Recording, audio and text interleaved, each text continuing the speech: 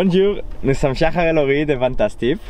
Et aujourd'hui, on va donc vous présenter notre nouveau van aménagé, Johnny numéro 2. Dans la vidéo précédente, vous aviez vu Johnny numéro 1 qui avait un agencement très clair, très ouvert. On avait volontairement laissé des murs sans placard suspendus pour laisser l'espace de vie libre en fait. Et avec ce Johnny numéro 2, c'est tout l'inverse, plus ou moins. Parce que voilà, il a été pensé pour une personne qui va vivre à l'année, donc vraiment à temps plein à l'intérieur. Donc là, c'était important d'utiliser chaque mètre carré, d'optimiser l'espace au maximum. Donc vous allez pouvoir voir la différence entre les deux. D'ailleurs, en fait, on se posait la question parce qu'on n'a pas encore bien défini l'agencement type de Johnny. Donc on vous laisse aller voir entre Johnny numéro 1 et Johnny numéro 2 que vous allez voir. On va vous laisser en description le lien de Johnny numéro 1, comme ça vous allez pouvoir comparer les deux. Et puis c'est tout. C'est tout, bienvenue à notre aventure. Bienvenue dans notre aventure. Pour commencer, le porteur est un Fiat Ducato L4 H2, c'est-à-dire qu'il fait 6,36 m de long pour 2,52 m de hauteur exactement. Le moteur a une puissance de 130 chevaux et l'année du véhicule est de 2018. Et il a un petit peu moins de 52 000 km. On peut dire que c'est le premier van que nous aménageons pour quelqu'un spécifiquement. En fait, la personne nous a donné ses principaux besoins et ses principaux critères. Et elle nous a fait confiance pour tout le reste. Elle nous a laissé carte blanche. Et le gros challenge était de concevoir un aménagement fonctionnel pour y vivre tous les jours. Et en plus, la grande particularité était qu'elle va y voyager avec son chien. Et donc, ça nous a demandé d'adapter un petit peu l'aménagement. On a vécu pendant plus d'1 an dans notre propre van, alors on s'inspire énormément de cette expérience pour anticiper les nécessités. Et on commence par vous montrer l'entrée qui donne sur la salle de douche. On a profité de ce mur pour fixer des crochets qui peuvent servir de porte-manteau. On a aussi choisi de faire empiéter la cuisine un peu sur l'entrée pour avoir un plus grand plan de travail. Et à droite, nous avons notre dressing. On le vous montrera en détail plus tard. Vous l'avez compris, pour ce van, notre objectif était de rendre utile le moindre recoin. Et encore plus si c'est pour y vivre à temps plein. Nous voulions créer une atmosphère design et chaleureuse à la fois, pour s'y sentir comme à la maison. Sauf que cette maison, on peut la déplacer partout avec nous et c'est pour ça que nous avons retiré la banquette avant pour la remplacer par un siège une place. Grâce à ça, nous avons pu laisser un passage. Ça peut être très utile si on a besoin de partir en vitesse et de démarrer le véhicule, on a juste à sauter dans l'habitacle. Aussi, pas besoin de passer par l'extérieur dès le matin s'il fait trop froid pour partir. Et ça peut être un avantage pour accéder aux toilettes depuis la cabine de conduite. En plus des 6 fenêtres qui apportent de la lumière naturelle, il y a différentes options d'éclairage sur 12 volts. On peut allumer indépendamment les ampoules suspendues dans la cuisine, les spots, les bandes LED au plafond ou les bandes LED au sol. On aime vraiment qu'il y ait beaucoup de choix pour créer des ambiances différentes avec l'éclairage. On a aussi installé des liseuses au niveau du lit, des bandes LED dans la salle de douche et même un spot pour la niche du chien. Dans le coin salon, il y a une grande baie coulissante qui laisse entrer la lumière, mais qui est totalement teintée à l'extérieur. Et le salon peut se moduler en 3 agencements différents. Le premier mode d'agencement, c'est avec les 2 banquettes l'une en face de l'autre et la table au milieu. On peut y manger facilement à 2. Une fois encore, nous avons choisi le pied de table amovible Lagoon. Il pivote à 360 degrés sur 2 axes et on peut ajuster la hauteur de la table comme on le souhaite. C'est très facile de la bouger, de la monter et même de l'enlever si besoin.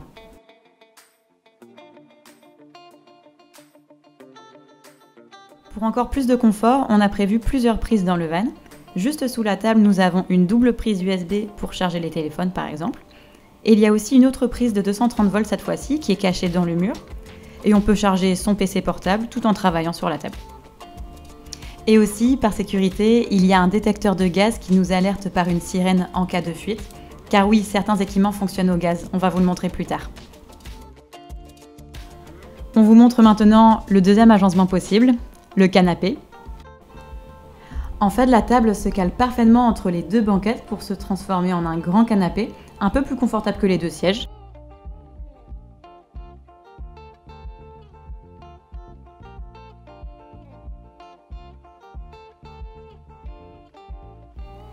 Et ce deuxième mode, il a une autre option, c'est de mettre une seconde planche entre les 2 banquettes, comme ça on peut toujours utiliser le canapé et la table en même temps, grâce à une autre embase pour le pied de la table. Le plus important pour nous, c'était d'utiliser chaque espace. On va vous parler plus tard de la machine à laver, mais on trouvait intéressant d'avoir une trappe spécialement pour le bac à linge sale. Dans notre ancien van, nous n'avions pas vraiment de place dédiée à ça, et donc on laissait juste nos vêtements dans un sac, et c'était pas le plus pratique. Cette trappe nous donne aussi une solution de 3e couchage. On peut y glisser ses jambes. Elle sert d'extension au canapé pour devenir un petit lit d'appoint de 1,80 m. Et c'est donc notre 3e et dernier mode d'agencement pour ce coin salon.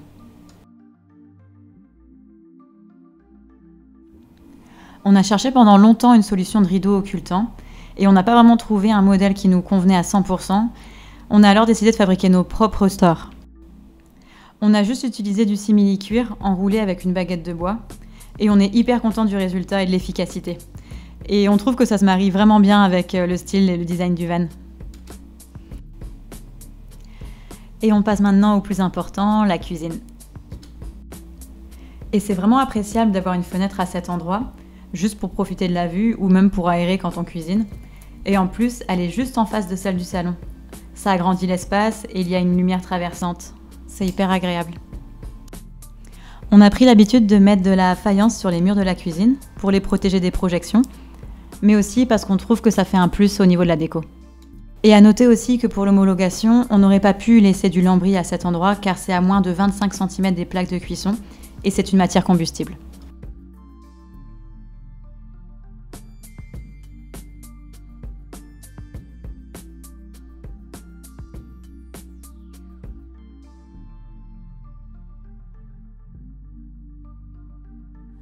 On a gardé la chute de découpe du plan de travail pour le couvercle de l'évier. Ça offre plus d'espace sur le plan de travail quand on cuisine. Et l'évier est juste au niveau de la porte latérale, comme ça on peut faire la vaisselle avec une vue sur l'extérieur. Dans ce van, il y a 3 arrivées d'eau, l'évier, la douche intérieure et la douchette extérieure. Et les 3 ont une arrivée d'eau chaude grâce au chauffe-eau Truma. Il fonctionne au gaz et il a une capacité de 10 litres. Il a aussi une cheminée sur l'extérieur pour rejeter les gaz brûlés. Nous avons 2 robinets, un pour laver la vaisselle et l'autre pour l'eau potable. Il est relié à un filtre qui est juste sous l'évier. Cuisiner dans un van, surtout quand on y vit à temps plein, c'est pour nous quelque chose de très important. Et c'est pour ça qu'on voulait que cette cuisine ressemble au maximum à celle qu'on pourrait avoir dans une maison.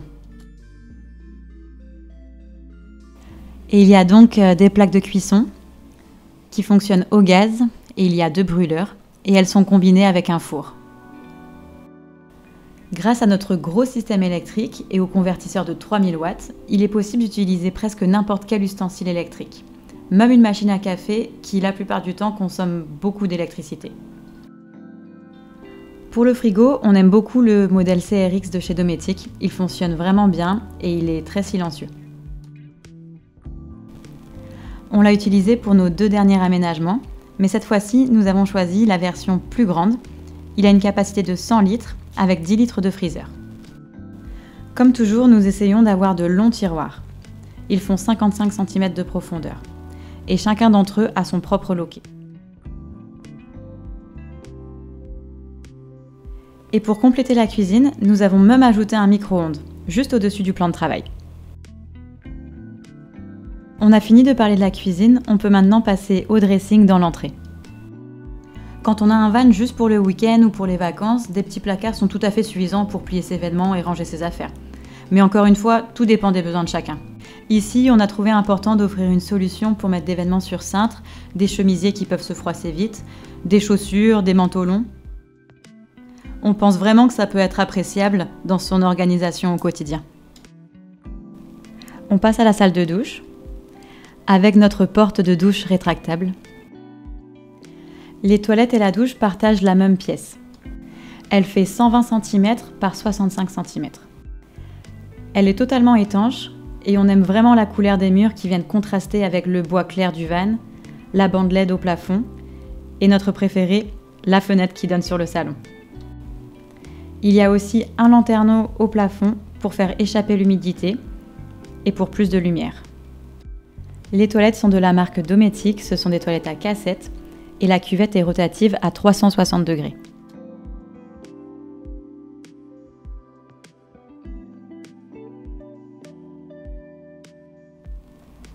J'en profite pour vous inviter à nous suivre sur les réseaux sociaux pour voir les aménagements en cours.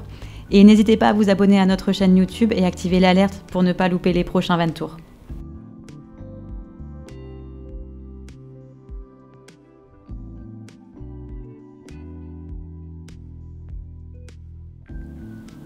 Cette fois-ci, nous n'avons pas voulu laisser l'intérieur juste comme une seule pièce. Nous avons délimité l'espace avec ce mur de 20 cm. Il peut aussi servir de rangement supplémentaire accessible de 3 endroits, la cuisine, le salon et le lit. C'est pratique pour ranger toutes les petites choses qu'on ne sait jamais où mettre, comme un vide-poche.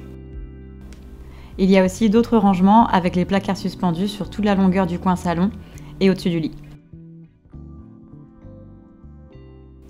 Croyez-nous ou pas, mais l'une des choses les plus compliquées de ce van était de concevoir la niche du chien. Comment avoir la meilleure solution pour mettre le panier sans qu'il empiète de trop sur l'espace de vie et en étant sûr que ce soit assez confortable pour un chien de demi-taille voire grande taille. Il faut pouvoir lui donner à manger facilement et l'accrocher en laisse à l'intérieur quand on conduit si nécessaire. On a aussi mis en place une porte pour qu'il puisse sortir de sa petite maison des deux côtés. Même en temps normal, se déplacer avec son chien peut demander une certaine organisation. Mais on a fait de notre mieux pour que ça convienne au futur chien et à sa maîtresse. On a hâte de savoir si elle s'y sent à son aise. Dans ce van, il y a 3 équipements qui permettent de garder une température idéale.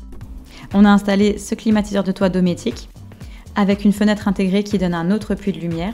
Il peut refroidir, déshumidifier et chauffer l'air. Le ventilateur de toit, le modèle MaxFan Deluxe, il peut être utilisé même quand il pleut et il a un thermostat intégré. Il fonctionne sur du 12 volts. Il y a aussi un chauffage stationnaire de la marque Webasto. Il est raccordé directement au réservoir diesel du véhicule. Il consomme environ 1 litre par nuit. Il envoie de l'air chaud qui réchauffe très rapidement tout l'intérieur du van, en quelques minutes. Les lumières, à l'inverse de la clim ou du micro-ondes, fonctionnent uniquement sur du 12 volts. Et si on les allume toutes en même temps, elles consomment entre 7 et 8 ampères-heure. Pour optimiser au maximum le mur de séparation, nous avons fabriqué cette boîte de rangement dans la cloison. On y a accès depuis le lit pour charger son téléphone, son ordinateur ou pour accrocher des petites choses comme par exemple des boucles d'oreilles. Comme vous l'avez vu, il y a 6 fenêtres au total dans ce van, les 2 de la cuisine et du salon, le lanterneau de la salle de bain et celui de la climatisation, et aussi les 2 à l'arrière. Et encore une fois, notre partie préférée, le rétroprojecteur. Cette fois-ci, nous avons trouvé un écran plus rigide qui résiste même au vent si la porte est ouverte. Et le vidéoprojecteur peut se connecter au système multimédia avec les 4 enceintes, dont l'une d'elles résiste à l'eau dans la douche. Cet interrupteur est pour la pompe à eau. Le réservoir d'eau propre est de 120 litres et le réservoir d'eau grise est de 60 litres. Il est sous le châssis. Et parlons rapidement du système électrique. Nous avons une batterie de 200 ampères-heure et une batterie de 100 ampères-heure. Les deux sont des batteries lithium de la marque Victron. Elles sont protégées par des disjoncteurs et il y a un convertisseur de 3000 watts. Et les batteries peuvent se recharger de 3 manières, avec la prise extérieure, en la branchant sur des aires de camping-car ou sur des prises domestiques, avec les panneaux solaires de 300 watts, et grâce au Cyrix de Victron, avec l'alternateur, en allumant le moteur et en conduisant le fourgon. On peut avoir toutes les informations sur l'état des batteries grâce au contrôleur Victron. Et on passe maintenant à l'extérieur. Sur ce modèle, les portes arrière peuvent s'ouvrir à 270 degrés. On a donc un bon accès au garage. La niche du chien prend pas mal de place sous le lit, mais il y a toujours de la place de rangement. On retrouve les vannes de gaz, les interrupteurs pour l'éclairage extérieur, les batteries, le système électronique, le réservoir d'eau. Et il y a aussi une douchette extérieure. La bouteille de gaz est dans un coffre étanche facile d'accès. Et nous avons un détecteur de niveau connecté à notre téléphone pour recevoir une alerte quand la bouteille est bientôt vide. Ça change la vie car on ne pouvait jamais savoir et forcément, on tombe toujours en panne de gaz au moment où on en a le plus besoin.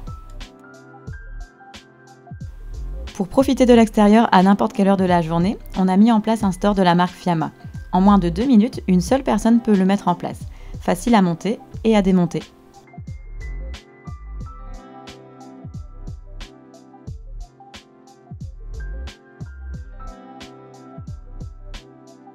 On a aussi ajouté quelques détails pour rendre la vie confortable à l'extérieur du van. Comme cette tablette qui se déplie et se clip pour devenir comme un bar d'extérieur ou un passe-plat.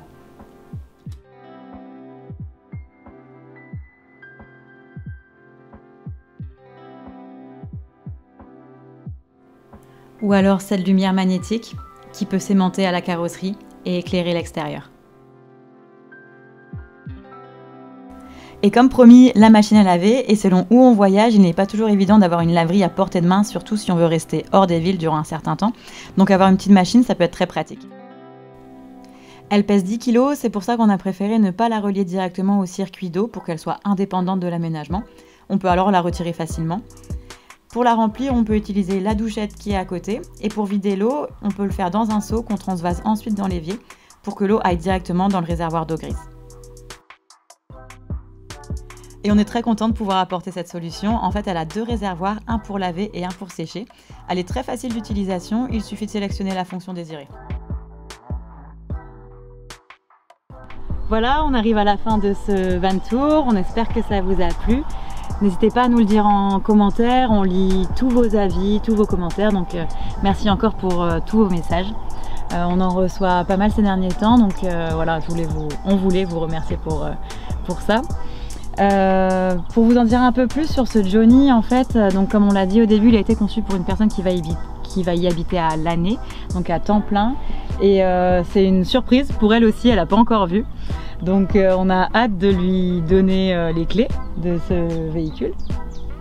Et voilà, donc en fait elle va complètement changer de vie. Elle était en CDI, voilà, avec un appartement sur Paris. Elle a décidé de tout quitter et en fait de se lancer dans cette aventure-là, d'habiter à plein temps dans ce van. Donc dites-nous un peu plus si ça vous intéresserait d'avoir son ressenti sur sa décision ou voilà, autre chose. On va essayer de vous partager un petit peu la remise des clés aussi pour voir sa réaction et tout ça. Quoi vous dire d'autre? Oui, on a 4 gros projets de van à venir dans les prochains mois pour cet été. Et après ça, on a encore plein d'idées dans la tête. Il y a des gros projets qui arrivent. Donc on a hâte de pouvoir les partager avec vous. Donc voilà, c'est tout pour aujourd'hui. Et puis je vous dis à très bientôt.